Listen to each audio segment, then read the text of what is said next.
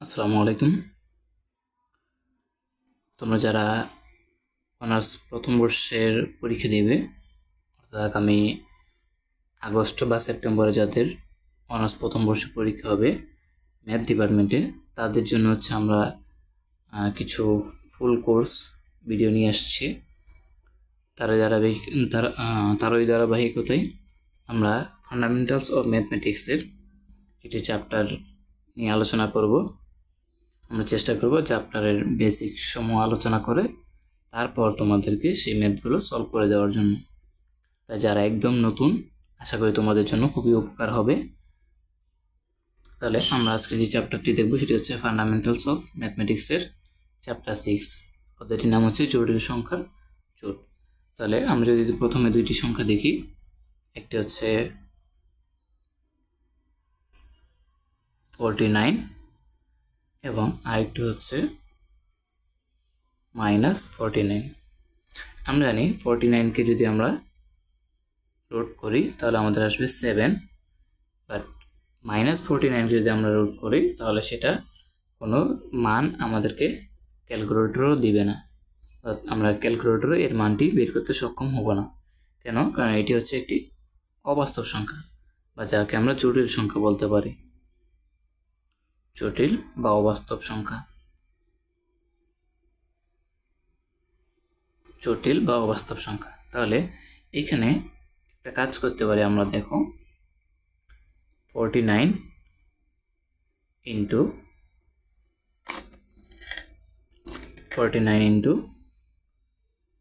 -1, অর্থাৎ যে মাইনাসটা আছে আমরা সেই মাইনাসটাকে একটু আলাদা করে লিখলাম, 49 ইন্টু -1। এখন তোমাদেরকে একটু মনে রাখতে হবে জটিল সংখ্যার ক্ষেত্রে আই স্কোয়ার মানে হচ্ছে -1, আই স্কোয়ার মানে হচ্ছে -1, এটা তোমাদেরকে মুখস্থ রাখতে হবে। আই স্কোয়ার মানে হচ্ছে কত? -1। তাহলে আমি এখানে কি লিখতে পারি? 49 আই স্কোয়ার। তাহলে 49কে আবার লিখে যায় 7 স্কোয়ার আই স্কোয়ার। তাহলে 7কে যদি স্কোয়ার করি আমাদের স্কোয়ার রুট কাটা যাবে, থাকবে 7, এবং আই স্কোয়ারকে যদি রুট করি তাহলে আমাদের থাকবে কত? 7i। তাহলে আমরা বলতে পারি এটা হচ্ছে আমাদের একটি জটিল সংখ্যা। তাহলে একটি জটিল সংখ্যা সাধারণত দুইটা পার্ট থাকে। জটিল সংখ্যার দুইটা পার্ট থাকে।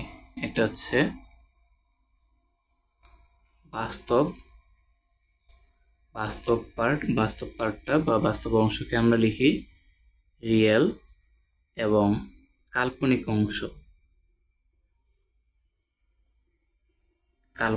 অংশটাকে আমরা লিখি ইমাজিনারি জেড দিয়ে।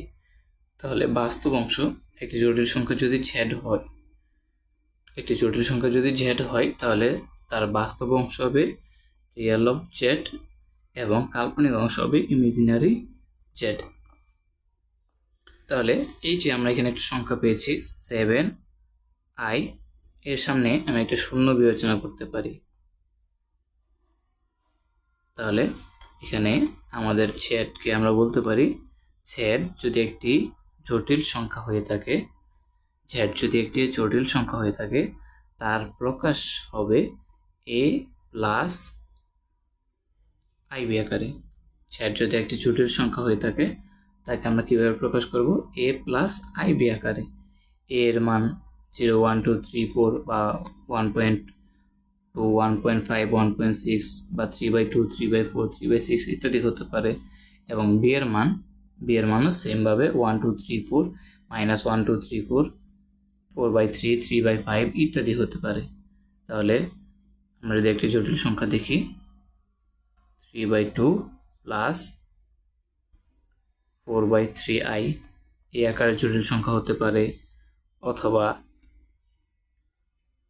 -2 -4i হতে পারে, এটিও একটি জটিল সংখ্যা হতে পারে। ঠিক সেমভাবে 2 - 6i এটিও একটি জটিল সংখ্যা হতে পারে। তাহলে জটিল সংখ্যার প্রকাশ, জটিল সংখ্যাকে আমরা কিভাবে প্রকাশ করব? z equal to a plus IB আকারে। জটিল সংখ্যাকে কিভাবে প্রকাশ করব? z equal to a plus IB আকারে। এখন আমাদের এই যে জটিল সংখ্যা z equal to a plus IB, তার আই সংশ্লিষ্ট যে অংশটি, আই সংশ্লিষ্ট যেই পদটি আছে, এটাকে বলা হয় কাল্পনিক অংশ।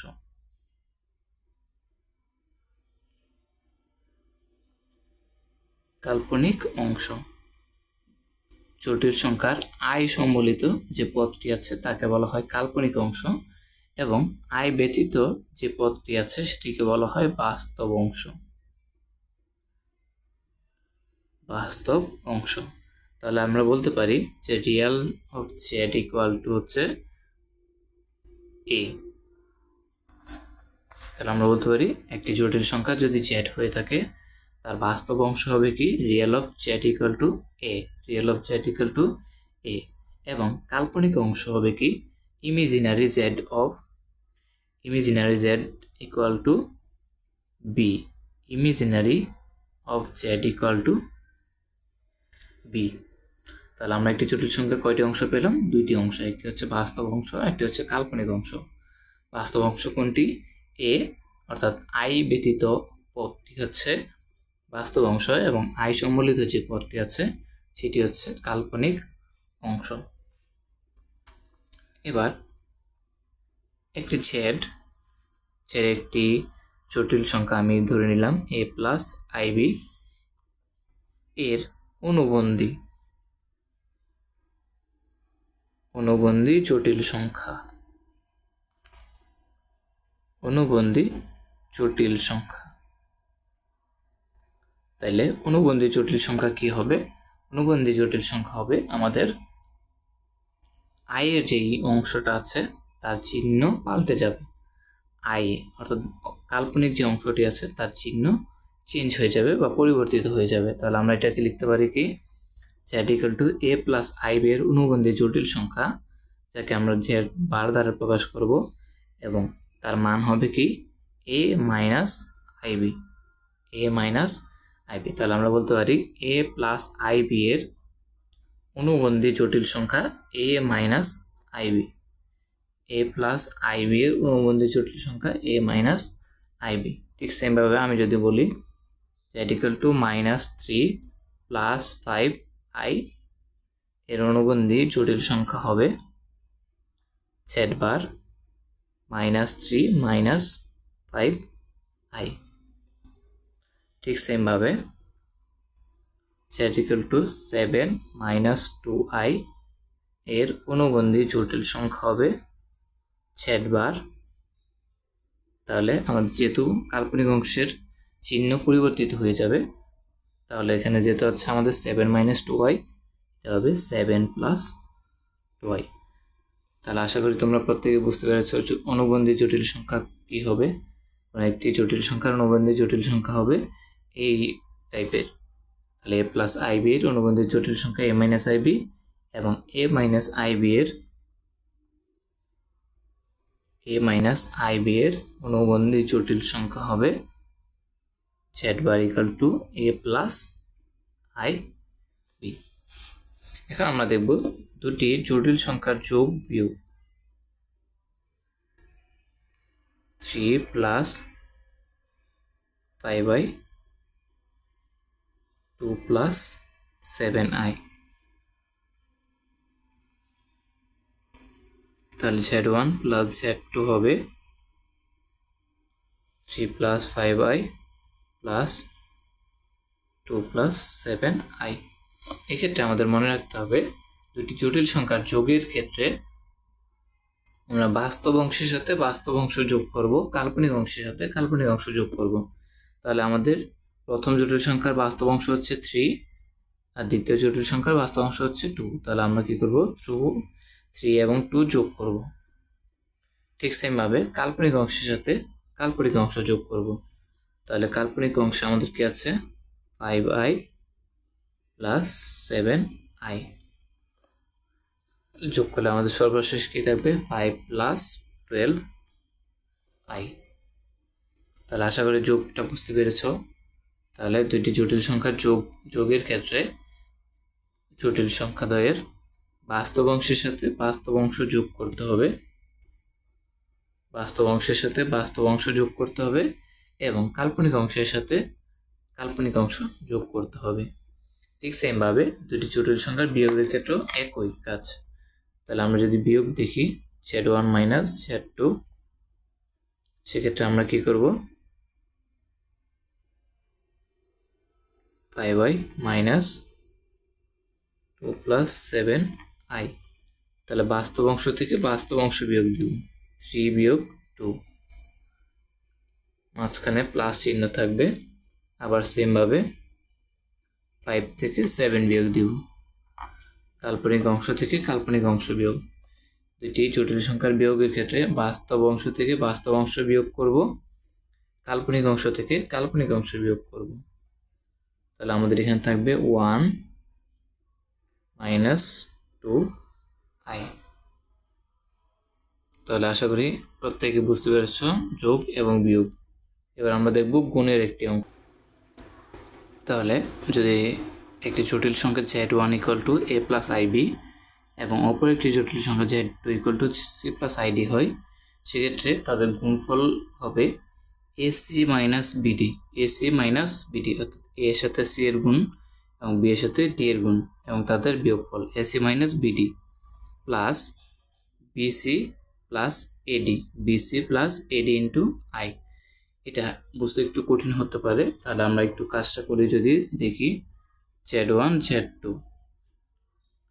3 প্লাস 2i 4 প্লাস 3i। আমরা স্বাভাবিক যে গুণের নিয়ম শিখে এসেছি এখানে সেটা অ্যাপ্লাই করব। 4 এর সাথে 3 গুণ 3 4 12 এবং 4 এর সাথে 2 গুণ 4 দুগুণে 8i।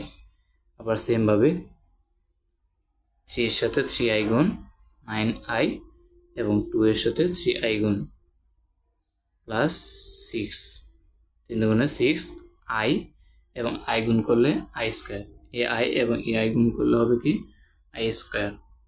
তাহলে এখন আমরা যদি দেখি 12, এখানে 8i এবং এখানে হচ্ছে 9i, তাহলে আমরা যদি যোগ করি 17i এবং 6 আমরা জানি i স্কয়ার ইকুয়াল টু -1। এটা হচ্ছে আমাদের মুখস্থ রাখতে হবে, i স্কয়ার ইকুয়াল টু -1। তাহলে এখানে যদি আমরা -1 বসাই তাহলে আমাদের থাকবে 12 প্লাস 17i মাইনাস 6। তাহলে 12 থেকে 6 বিয়োগ দিলে 6 প্লাস 17i। তাহলে এই ছিল আমাদের গুণের নিয়ম। তাহলে আবার যদি বলি দুইটি জটিল সংখ্যার গুণের ক্ষেত্রে আমরা স্বাভাবিক যে গুণ শিখে এসেছি, স্বাভাবিক বীজগণিতের যে গুণ শিখে এসেছি সেটাই অ্যাপ্লাই করব। সেক্ষেত্রে আমাদেরকে একটা মান মনে রাখতে হবে, i স্কয়ার ইকুয়াল টু হচ্ছে -1। তোমাদের প্রত্যেকের সুবিধার্থে, অর্থাৎ যারা তোমরা নতুন, একদম সম্পূর্ণ নতুন, আগে কোনো ক্লাস করনি, আমরা চেষ্টা করব তোমাদের সুবিধার্থে ক্লাসগুলো একটু ছোট রাখার, যেন তোমরা মনোযোগ সহকারে সবগুলো ক্লাস দেখতে পারো। আশা করব তোমরা ক্লাসটি শুরু থেকে শেষ পর্যন্ত দেখবে এবং তোমাদের ভালো লাগা বা খারাপ লাগা বিষয়ে কমেন্ট করবে, মন্তব্য জানাবে আমাদেরকে অবশ্যই। তাহলে এই ছিল আজকে আমাদের জটিল সংখ্যার প্রথম পার্ট। আমরা চেষ্টা করব দ্বিতীয় আরও একটি পার্টে আরও বিস্তারিত আলোচনা করার জন্য। ধন্যবাদ সকলকে।